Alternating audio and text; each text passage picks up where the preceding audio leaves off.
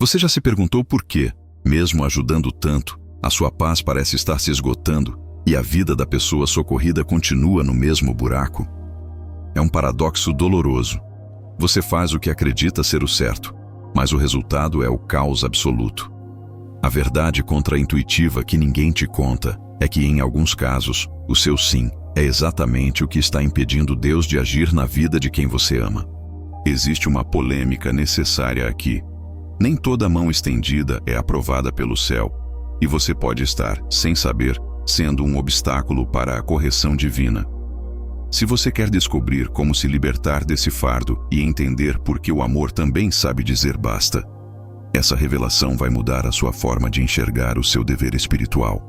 É fundamental entender que nem todo sim que o ser humano dá aqui na Terra é aplaudido lá no céu, meus queridos. Às vezes, o desejo sincero de estender a mão esconde uma falta de sintonia com o propósito que o Criador está operando naquele momento específico. É aquela vontade de ser bom que acaba atropelando o tempo de aprendizado que cada alma precisa enfrentar para crescer. O discernimento é a bússola que impede a gente de gastar uma energia preciosa em lugares onde Deus já pediu silêncio. Imagine um pai que tenta consertar o brinquedo do filho antes mesmo da criança entender por que ele quebrou. Isso acaba tirando a lição da responsabilidade. É assim quando se tenta resolver problemas que, na verdade, são ferramentas de amadurecimento enviadas pelo próprio Senhor para tratar o coração. O mentor sábio sabe que a verdadeira caridade não é apenas tirar a pedra do caminho, mas ensinar a pessoa a olhar para o alto em busca de sabedoria. Ler obras como A Imitação de Cristo ajuda a alinhar essa vontade humana com a vontade soberana. Muitos acreditam que ser cristão é ser um pronto-socorro espiritual disponível para qualquer um, a qualquer hora, sem nenhum critério. Mas existe um limite claro onde a bondade se torna uma espécie de muleta que impede o outro de caminhar rumo à própria liberdade em Deus.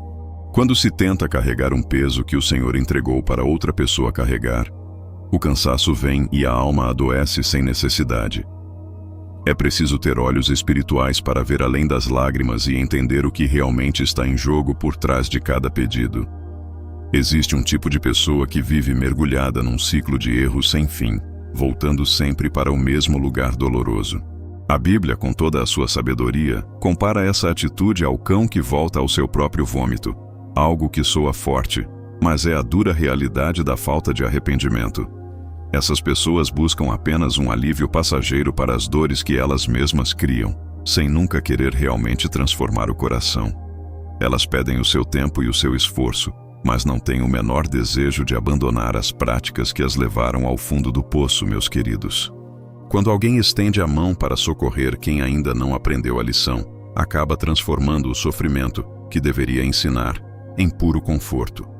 O perigo mora justamente aí, pois o conforto recebido antes da hora impede que o indivíduo enxergue a necessidade real de buscar a Deus em obediência. O mentor entende que o sofrimento muitas vezes tem um propósito purificador, servindo como o fogo que limpa as impurezas do ouro.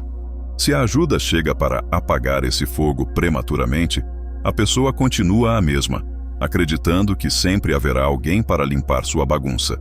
Praticamente falando, às vezes é melhor negar um recurso do que financiar o erro. É necessário ter muito discernimento para saber quando o auxílio está, na verdade, prendendo a pessoa em vez de levá-la à liberdade. O verdadeiro sábio percebe que o teimoso não quer ser liberto. Ele quer apenas que o seu fardo seja carregado por outros enquanto continua errando. Manter essa pessoa sob proteção constante é um erro estratégico que adia o encontro dela com a verdade transformadora de Cristo.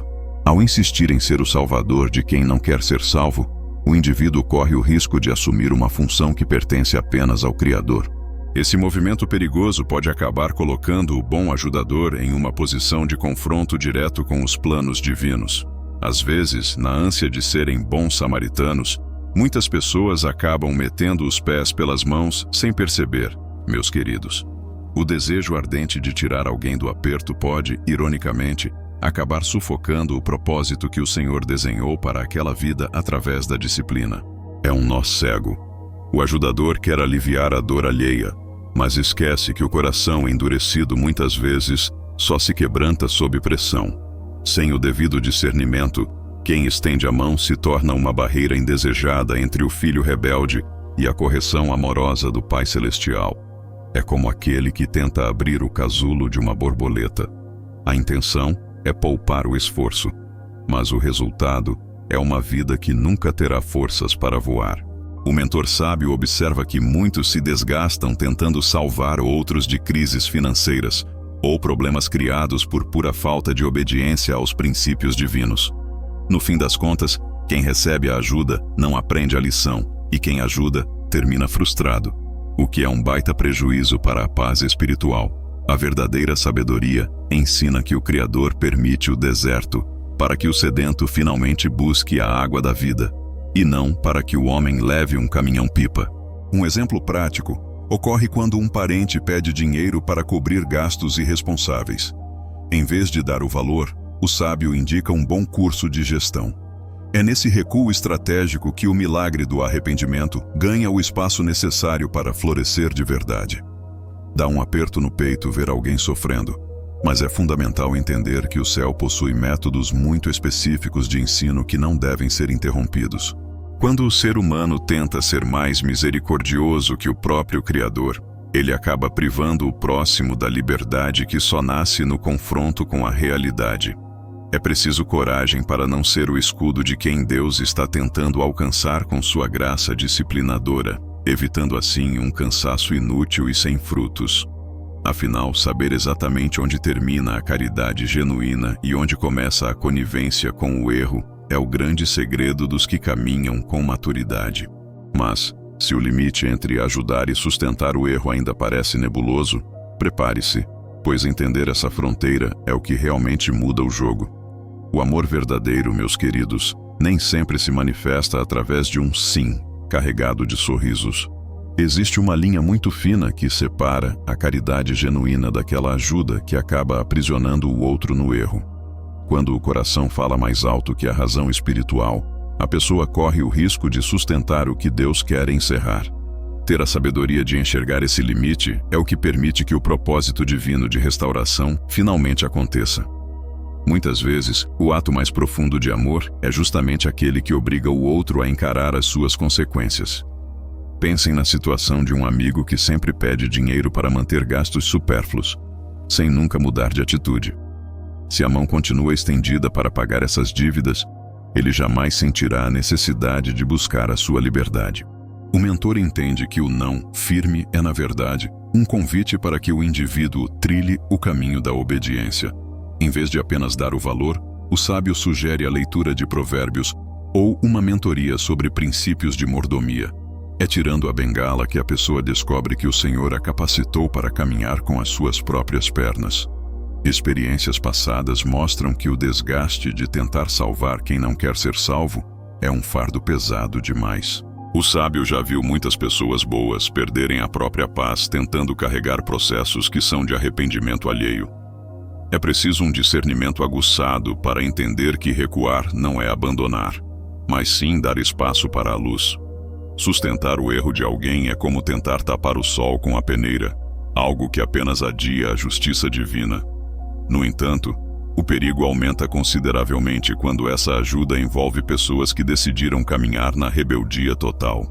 Sabe aquele ditado que diz que quem caminha com o coxo acaba mancando? Pois é, meus queridos, isso faz todo o sentido quando falamos de amizades que vivem em rebeldia declarada contra o Criador. Existe um risco enorme em tentar ser o porto seguro de quem decidiu fazer da afronta a Deus o seu estilo de vida diário, pois essa energia pesada acaba sugando a nossa própria paz. O discernimento aqui é vital, porque o propósito de Deus é proteger a sua fé e não permitir que você se torne cúmplice de um comportamento que o próprio céu rejeita com firmeza. Afinal de contas, quem muito se inclina para ajudar o rebelde, acaba, sem perceber, curvando o próprio coração para o lado errado. O mentor sábio já viu muita gente boa perder o brilho no olhar por insistir em parcerias que a Bíblia chama de jugo desigual, e isso é um perigo real e imediato. É como tentar limpar uma poça de lama usando um pano de seda. No final das contas, o pano fica imundo e a lama continua lá, só que agora mais espalhada. Se você anda com alguém que zomba da obediência ao Senhor, cedo ou tarde a sua própria resistência começa a fraquejar, e a sabedoria milenar nos alerta para esse contágio silencioso. Um exemplo prático é aquele amigo que vive incentivando fofocas ou trapaças no trabalho. Em vez de ser o cúmplice, você pode indicar a ele livros que ensinam integridade. É nessa hora que a gente entende que amar não significa de jeito nenhum concordar com tudo o que o outro faz. Olha, eu mesmo já quebrei a cara tentando ser o advogado de defesa de pessoas que não tinham o menor interesse em mudar de direção ou ouvir conselhos. A gente acha que é o máximo da espiritualidade aguentar todo tipo de grosseria e zombaria, mas na verdade estamos apenas nos desgastando e perdendo a nossa preciosa liberdade em Cristo. É um baita desafio manter a guarda alta sem perder a ternura, mas a sabedoria espiritual exige que a gente saiba a hora exata de bater em retirada de certas rodas. O arrependimento verdadeiro não precisa de plateia nem de patrocinadores constantes para acontecer no silêncio e na verdade da alma de quem errou. E se você acha que o risco de se contaminar já é preocupante, espere até ver o que acontece quando você resolve literalmente financiar essa rebeldia alheia. Tem uma coisa que muita gente não se toca, meus queridos. Quando a gente ajuda financeiramente quem está batendo de frente com o Criador, a gente está, na verdade, botando lenha na fogueira do erro. É como se a gente estivesse pagando o ingresso de alguém que está indo direto para o abismo, sabe? O coração do rebelde entende esse apoio como um sinal de que ele pode continuar no mesmo caminho sem sofrer as consequências. No final, o que parecia ser um ato de bondade vira um obstáculo para o propósito de Deus de trazer essa alma de volta para a luz. Um mentor sábio percebe que dar recursos para quem os usa em vícios ou em farras é o completo oposto da verdadeira sabedoria.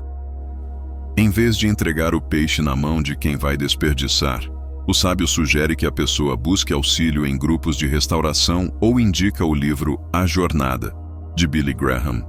É muito melhor ser visto como duro agora do que ser cúmplice da destruição de alguém lá na frente por falta de obediência aos princípios bíblicos. A prática da caridade precisa ter olhos bem abertos, senão ela vira apenas patrocínio de uma vida desregrada que gera morte. Eu já vi muita gente boa se afundar em dívidas tentando tirar do buraco quem não faz o menor esforço para sair de lá. E isso é um baita perigo. Ter o discernimento de fechar a mão é um ato de coragem que pode finalmente forçar o outro a buscar a própria liberdade através de um arrependimento sincero. É como regar uma planta venenosa e esperar que ela dê frutos doces. Não adianta, a essência do erro continua lá, se não houver uma mudança real. Mas, se o rebelde assumido já é um desafio, o que dizer daqueles que usam a máscara da fé para enganar? Olha, meus queridos, tem um tipo de gente que é mestre em usar a capa da santidade para conseguir o que quer.